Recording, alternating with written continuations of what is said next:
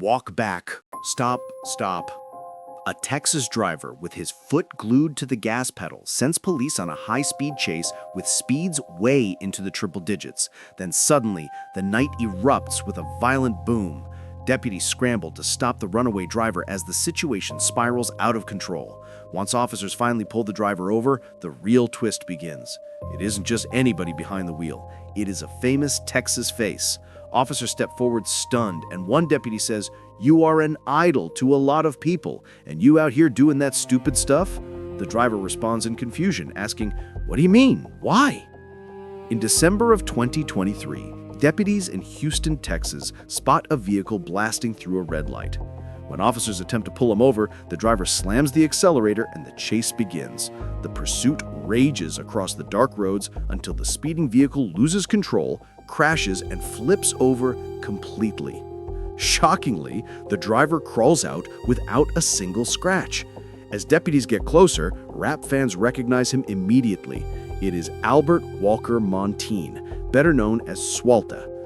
Officers demand to know if anyone else is in the vehicle. The driver answers no. Deputies search the car while keeping guns drawn, ready for anything. Seconds pass with intense silence until an officer calls out, "Clear 40." Another voice follows, "We are clear, no more outstanding." Dispatch asks if there is anyone else involved or if it is just that one. The final response comes in, "Charles 30, they are clearing the vehicle. Give them a second." Deputies order him to stay right there and spread his feet apart. They confirm there are no outstanding suspects and no other vehicle involved. One of the deputies radios in saying, "All clear." The driver starts to panic, saying, "You worried about the wrong thing and I am going to go to jail. What can I do?" He mumbles about Homestead and says, "Damn, I rigged my check, bro." Officers continue the search and ask what else is in the car. He insists, "I do not have nothing in my car. I was just trying to get home." Dispatch asks if it is okay to release, but the deputies keep him detained. The driver repeats, "I do not have nothing in my car, bro. I was just trying to get home." Then the call comes back, "Charles 30, no more records." He reacts nervously, saying, "I am record," while deputies say, "Let us go." The moment they tell him he cannot call anybody, he bursts out with frustration and fear and is escorted into the patrol car. He groans, saying, "Oh man," as the reality sinks in. Deputies begin processing him and ask for his last name. He replies Mundane and spells it Mondane, then gives his first name Albert. The officers confirm identification and continue clearing the scene. Dispatch once again asks if there's anyone outstanding or if it is just that one. Deputies answer, "Clearing the car right now," and tell another officer to stand on this side, stay on this side. After 10 seconds of silence, one deputy says, "That is clear, continue to hold." Finally, another call confirms, "All right, we are good." Deputies confirm again over the radio. CH2, no outstanding vehicle, clear. And another voice follows, "Clear, no outstanding vehicle, clear." The radio goes quiet for a moment before someone says, "All right, we're clear." The injured silence breaks as one deputy mutters, "Homestead," under his breath, replaying everything that just happened. Another officer recounts, "He passed the red light, he took off on me." Dispatch asks, "Charles 32, is it okay to release channel 32? And the reply comes back, "Affirmative, you can release it, resume normal traffic." In the background, the driver is still being processed as deputies ask, "What is your last name? Spell it," while other officers discuss the chase. One deputy admits, "More than likely, I knew I was going to lose him. He crashed. And luckily he crashed out because if not, I was for sure going to lose him. Well, I lost him, only reason I saw the smoke and I was like, oh, that is a crash site." Another deputy says, "You need to tell me that you are coming this way," and gets the reply, "I told you turn around southbound." They pinpoint the location and someone calls out, 657, oh, right here, baby." Officers explain that they were over there going southbound because they thought the suspect went that direction. Another deputy says, "No, I was behind y'all and the chase started when y'all went northbound." He explains that as soon as they turned northbound, he heard the car peel off from the store they always mention. He heard the engine scream and instantly turned around and took the U-turn. The suspect started speeding and the officer says, "All right, well, let me go." The light was red. Deputies radio in Charles 13 on my records while the officer describes how the light turned red and the suspect blew straight through it. He says he thought he could catch up, but as soon as he got close, the car was already burning off, so he turned on his lights and the driver pressed harder on the gas. Another deputy explains he didn't see when his partner broke off because they were talking on the radio at the time. Officers confirm they already ran the suspect's information, and multiple deputies continue running him through the system. Deputies claim the rapper was driving at least 130 miles per hour, but Soswaka insists he was not going that fast. They ask if he has been arrested before, and he casually answers, "For all types of stuff." Deputies then ask why he would do something like this. Sauce says he should have stopped, but he was really trying to get home to his daughter because he just came back from out of town. Deputies tell him that is not going to happen tonight. Sauce accepts it and says it is all good. Officers ask if he really thought he was going to get away, and he answers, "I mean, I would have." Deputies reply, "You would have if you did not crash." Sauce agrees and says, "Yeah, I crashed, bro." They point out that he came around the corner too fast, and he agrees again, saying, "Yeah, I came around the corner too fast." Deputies ask if the bumps hurt him in the crash, and he says a little bit, and that he just wants to call his dad to tell him he hurt himself. Deputies tell him he will be able to call once he gets to JPC. Sauce asks if they can just take him already, but deputies say EMS has to check him out first, and the supervisor has to come, and they must run more information to make sure everything is good.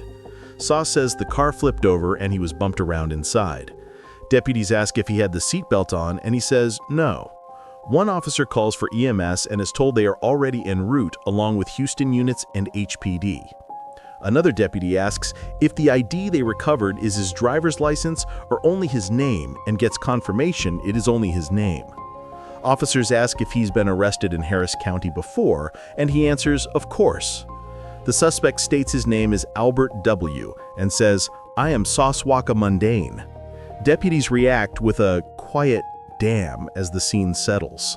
Deputies ask again, "What is your last name?" And he answers Mundane, spelling it M-O-N-D-A-N-E. An officer repeats the spelling and reacts with a quiet damn. Another deputy confirms, "You say you are Sauce Walker?" And the driver replies, "Yes." They ask the rapper, and he says yes again. One deputy reacts, "Come on, man," in disbelief. Sauce repeats, "What?" And the officer tells him he jams to his music. Sauce says, "I know I should have just stopped, but I am taking you too, man." The officer replies, "Come on, man, you are an idol to a lot of people, and you out here doing that stupid stuff." Sauce argues why you had to pull me over, you know? And deputies ask, "What you mean, why?" They ask, "Why are you asking what I did?" And Sauce says, "All I did was drive off. You just heard a little noise. I was not even going fast." He continues that he does not understand why he was pulled over. All he did was pull that, and questions why the deputy took the engine, why he took off. The deputy answers, "No, you took off." Sauce insists, "Talking about when I pulled out the parking lot," and they correct him, saying, "No, I'm talking about when I pulled my lights on." Sauce admits it, saying, I did. I'm not saying I did not do that, but I was like, damn, why you pulling me over, bro? I should have just stopped, bro." He complains that he only has one traffic ticket and thinks the officer is the type to take people to jail for traffic violations.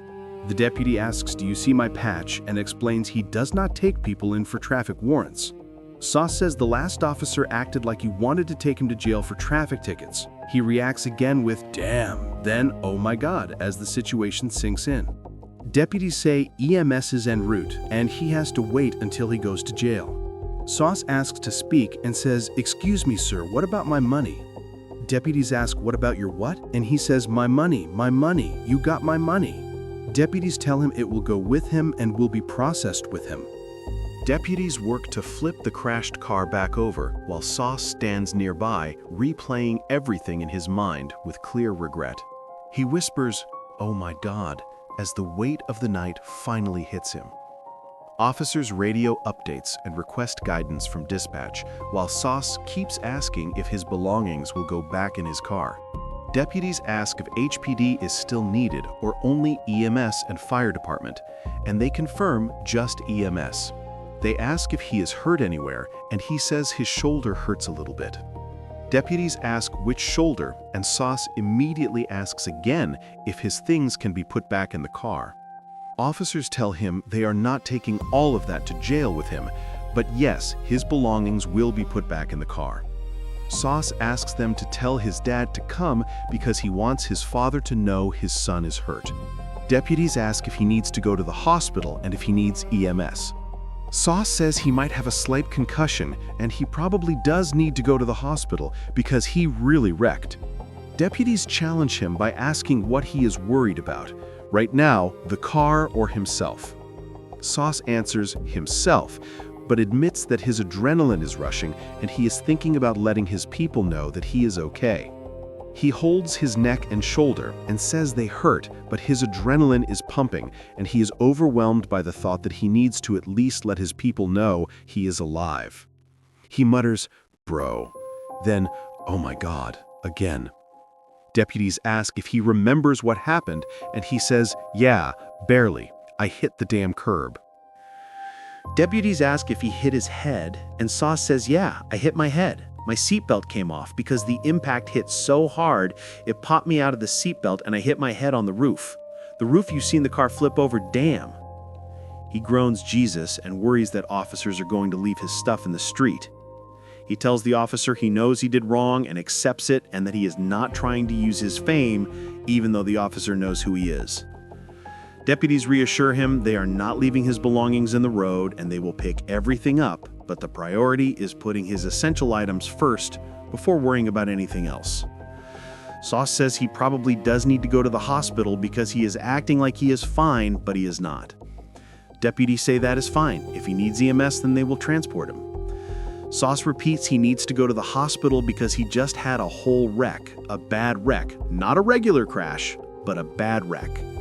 He says, "Jesus, bro," again, and asks about his ID and belongings. Deputies tell him his ID is in the car and it will stay there until they organize everything. He reassures himself, saying they are not going to steal his stuff in there. Then he whispers, "Damn," and says his dog told him to stay in the house too, dog. He repeats, "Damn, I should have stopped." An officer confirms he is going to get transported because he wants to go to the hospital. Deputies tell him to sit back because the ambulance is on the way and it is just going to be a bit. They tell him, "Take a seat, Mr. Walker," while another officer says he will get his ID and stuff right now.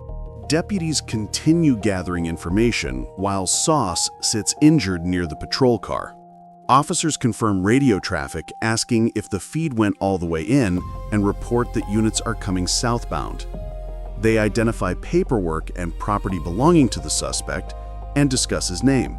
One officer jokes that he will give $20 if someone can guess who the suspect is. Another officer guesses wrong and says 400 or red before the deputy finally reveals Sauce Walker. Someone repeats Sauce Walker and then Walker and says they call him Sauce Walker. Deputies discuss generating the police report and confirm that they will use the sheriff's department's report number instead of the city system. They talk amongst themselves and say the only reason this chase ended quickly is because he crashed out because he was burned off and already too fast to catch. One deputy explains how he turned northbound and heard a screeching sound and assumed the suspect was about to do something dumb. As soon as he turned around, he saw the first red light at Winfield and then another a few blocks down.